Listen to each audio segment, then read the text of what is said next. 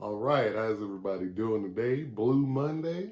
Kirk Fletcher here. Just wanted to talk a little bit about some blues, what I like to talk about a whole lot.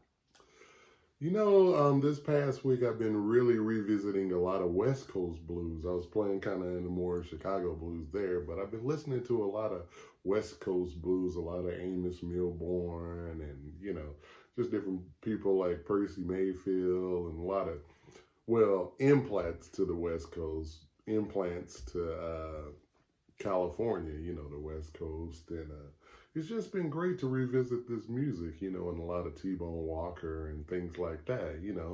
Actually, even B.B. King recorded for Kent, and that was the Bahari Brothers, and that was on the West Coast label, Kent Records, I do believe. Could be wrong on that, but, what can I say?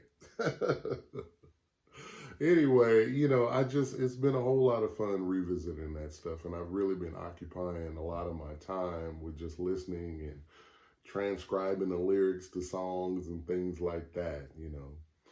And this thing that I played, is in the style of, B.B. King, but actually it's crazy because B.B. King had a lot of influences, and there was a lot of music around him and a lot of, the music, it's like everybody, says, BB is influenced by T-Bone Walker and Lonnie Johnson and Django Reinhardt. He even said that himself. But, when you really dig into the music that was going on around the time that BB was, really listening to music, probably before he had come into his own, there were people like Louis Jordan. And I mean, there's so many songs that BB covered by Louis Jordan. I mean, Buzz Me, is one of them. Caledonia is another one. Even like, what is the song? I gave you a brand new Ford, but I want a Cadillac. That song, Louis Jordan. Another song. I don't know if he was the original composer on the songs, but, he done them, I believe, before BB did. And it's just really cool, to like kind of crate dig, back farther and find out some of the influences on B.B. King. I love to do that. And I can tell Louis Jordan was huge in that whole, thing that influenced, B.B.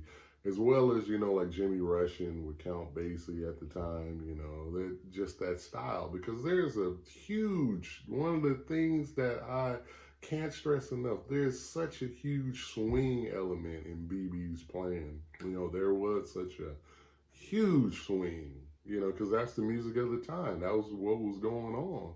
And BB was, listening to music all the time and first starting out, I mean, BB is sort of like one of the first guys to really kind of, well, not one of the first guys, but he was one of the guys that really, took a little of these different influences, even as far back as country, a lot of country blues, a lot of, more uptown blues, and things like that, and combine those with his style, it's just fantastic, and that's the reason why he's the king of the blues.